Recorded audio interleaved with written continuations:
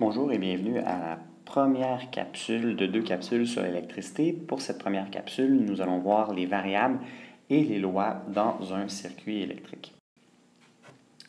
On a vu précédemment qu'il y avait 3 variables importantes en électricité. Donc, nous avons le U, le R et le I. Le U porte plusieurs noms. Les noms généralement utilisés, c'est la tension ou la différence de potentiel. Ça se mesure en volts à l'aide d'un voltmètre qui est branché en parallèle. On dit que 1 volt, ça équivaut à 1 joule par 1 coulomb. Donc, la tension, la différence de potentiel, c'est une mesure d'énergie par coulomb. Si on a 12 volts, ça veut dire qu'à cet endroit-là du circuit, il y a eu un gain ou une perte de 12 joules par coulomb. L'autre unité de mesure, l'autre variable que nous avons étudiée, c'est l'intensité du courant. Donc, on la nomme souvent courant ou tout simplement intensité. Et ça se mesure avec un ampèremètre branché, cette fois-ci, en série. On dit que 1 ampère équivaut à 1 coulomb pour 1 seconde. Donc, ça mesure un débit, une quantité de matière, donc de coulomb, qui se déplace dans le temps. Alors, si on obtient, par exemple, 3 ampères, bien, ça veut dire que par seconde, à cet endroit-là dans le circuit, il y a 3 coulombs qui se déplacent. On a vu aussi la résistance qui se mesure en ohms et qui correspond donc à la difficulté que les électrons ont à se déplacer dans un circuit électrique. Plus la valeur est grande, plus c'est difficile pour les électrons de se déplacer dans cet endroit-là du circuit ou sur l'ensemble du circuit électrique. Alors, si on veut mesurer l'intensité du courant, on va utiliser donc un ampèremètre. L'ampèremètre, on le branche en série. Donc, si je veux mesurer l'intensité du courant qui sort de la pile, je vais placer mon ampèremètre directement dans le circuit en série à la pile. Donc, soit avant ou après la pile, sans aucun problème. Ça va me donner l'intensité du courant qui est dans cette branche-ci. Si je veux mesurer l'intensité du courant qui circule dans R1, je vais devoir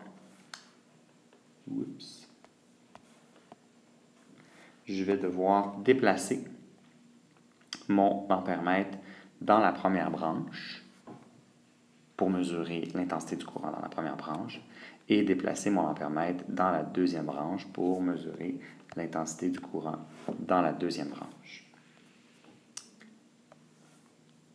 Le voltmètre, lui, doit être branché en parallèle. Donc, si je veux mesurer la tension, la différence de potentiel à la source, je vais placer mon voltmètre par-dessus comme ça et je vais ajouter 2 fils pour pouvoir le brancher à la source. Ça va me donner donc U de la source. Si je veux mesurer l'intensité du courant dans R1, je vais placer mon voltmètre en parallèle à R1. Ça va mesurer U1. Puis, si je veux mesurer l'intensité du courant en R2, je vais placer en parallèle à R2 avec 2 fils et ça va me donner U2.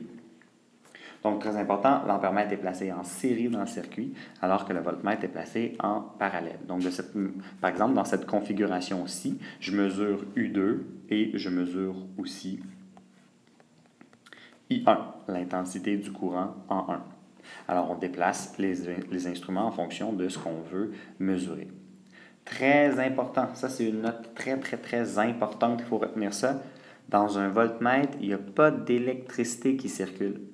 Donc, lorsque l'électricité ici, les coulombs se déplacent le long du fil, arrivent au R2, aucun des coulombs va passer dans le voltmètre et les coulombs vont passer directement dans R2.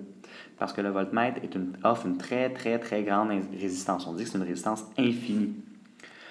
Par contre, toute l'électricité passe dans un ampèremètre puisque l'ampèremètre offre une très faible résistance qui permet à l'ampèremètre de compter le nombre de coulombs qui passent par seconde. Tandis que le voltmètre, lui, observe la quantité d'énergie avant le résisteur, après le résisteur et nous affiche la différence entre les deux. Donc la quantité d'énergie perdue par chaque coulomb entre deux points, entre deux bornes dans le circuit électrique. Maintenant, les lois. Très important, c'est avec ces lois-là que vous allez pouvoir résoudre les différents problèmes en électricité. Donc, on a deux circuits, un série en parallèle. En série, I est égal partout. Alors qu'en parallèle, l'intensité totale va être égale à l'intensité de chacune des branches. En série, c'est l'U total qui est égal à la somme de chacun des U, alors qu'en parallèle, l'U total est identique partout. Dans le fond, on peut facilement comprendre ces règles-là en disant que l'intensité, c'est un débit. Donc, si j'ai 1 coulomb par seconde ici, bien, je vais avoir 1 coulomb par seconde partout. Donc, l'intensité est égale partout. Par contre, U, c'est une quantité d'énergie. Alors, la quantité d'énergie que le coulomb a reçue à la pile doit être égale à la quantité d'énergie qu'il va dépenser dans la première ampoule et la quantité d'énergie qu'il va dépenser dans la deuxième ampoule. En parallèle, l'intensité de la première branche plus l'intensité de la deuxième branche donnera l'intensité totale. Donc, l'électricité arrive ici, elle se sépare dans la première branche et ensuite dans la deuxième branche. Donc, la somme des deux branches donne l'intensité totale. Par contre, si le coulomb a reçu 12 joules à la pile, bien, il va dépenser ce 12 joules-là soit dans R1, soit dans R2. Donc, le voltage R1 et R2 est identique. Pour ce qui est des résistances, en série, la résistance totale est égale à la somme des résistances, alors qu'en parallèle, on utilise la formule 1 sur RT est égal à 1 sur R1 plus 1 sur R2. Encore une fois, on peut expliquer ça facilement. Plus on met de résistance en série, bien, plus c'est difficile pour les électrons de se déplacer. Par contre, plus on met des résistances en parallèle, plus on offre de chemins possibles pour l'électricité, donc on facilite son déplacement. C'est comme si on ajoutait des ponts pour traverser sur l'île de Montréal. Bien, plus il y a de ponts, moins il y a de trafic, donc moins la résistance sera grande.